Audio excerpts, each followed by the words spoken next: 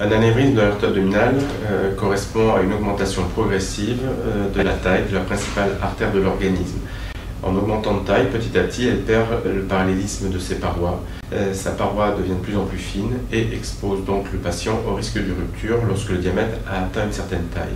C'est la raison pour laquelle il faut les dépister. Il ne s'agit pas de la même maladie que les anévrismes intracrâniens qui donnent des hémorragies cérébrales. Dépister un anévrisme de l'aorte abdominale sert à savoir si le patient est porteur de cette anomalie, car l'augmentation progressive de la taille de l'anévrisme dans le ventre du patient est strictement asymptomatique. Dire qu'un anévrisme est asymptomatique signifie que le patient ne ressent strictement aucun symptôme, aucun signe lui faisant penser qu'il est porteur de cet anévrisme.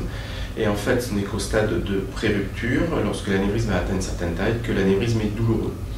Or, il faut absolument essayer d'éviter d'opérer les malades au stade de rupture, car le décès peut survenir dans 5 à 8 cas sur 10, ce qui n'est absolument pas le cas lorsqu'on peut opérer les malades en dehors d'une urgence. Dépister les anévrismes permet donc de proposer aux patients une prise en charge en dehors d'un contexte d'urgence, soit une surveillance, soit simplement une opération. Le dépistage des anévrismes de l'aorte abdominale fait appel à la technique des échographies abdominales. L'échographie est une manière anodine de dépister l'existence ou non d'un anévrisme de l'aorte abdominale. L'échographie fait appel aux ultrasons qui franchissent la peau grâce à l'interposition de gel entre la sonde de l'appareil d'échographie et la peau du ventre du patient. C'est un examen sans rayon, c'est un examen sans injection de produit, c'est un examen indolore. Il permet, grâce aux ultrasons, de mesurer le diamètre de l'aorte et de voir par conséquent si cette aorte est trop grosse et donc si le patient est porteur d'un anévrisme.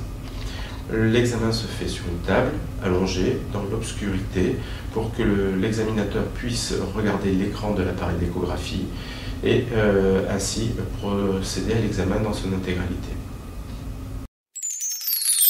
Il n'est pas nécessaire de procéder au dépistage des anévrismes de l'aorte abdominale chez tous les patients. Seule une population bien ciblée a l'intérêt à être dépistée. Il s'agit de tous les hommes, de toutes les femmes de plus de 50 ans dès lors que dans leur famille, un membre de leur famille a présenté un anévrisme de l'aorte abdominale. Sans cet antécédent familial d'anévrisme de l'aorte abdominale, le dépistage s'adresse aux hommes de plus de 60 ans dans leur ensemble et aux femmes de plus de 60 ans si elles sont fumeuses ou hypertendues. Au-delà de 75 ans, il n'est pas nécessaire de dépister tout le monde, mais uniquement les personnes qu'on peut considérer en bonne forme physique. Cette journée nationale de dépistage des anévrismes de l'aorte abdominale, le 21 novembre prochain, correspond à une initiative de plusieurs sociétés savantes de médecine, principalement la Société française de médecine vasculaire, mais également la Société française de chirurgie vasculaire. Dans l'établissement de l'hôpital de Béziers, les 4 chirurgiens vasculaires sont membres de cette Société française de chirurgie vasculaire. Et lorsque nos sociétés savantes nous ont sollicités pour participer à cette journée nationale de dépistage, il nous est apparu tout à fait logique de répondre présent. En effet, les anévrismes de l'aorte abdominale correspondent à un véritable problème de santé publique. L'Ouest Hérault n'échappe pas au problème national représenté par les maladies cardiovasculaires, dont font partie les anévrismes de l'aorte abdominale. La prévalence des maladies cardiovasculaires dans le Languedoc-Roussillon est même plus importante qu'au niveau de la moyenne nationale.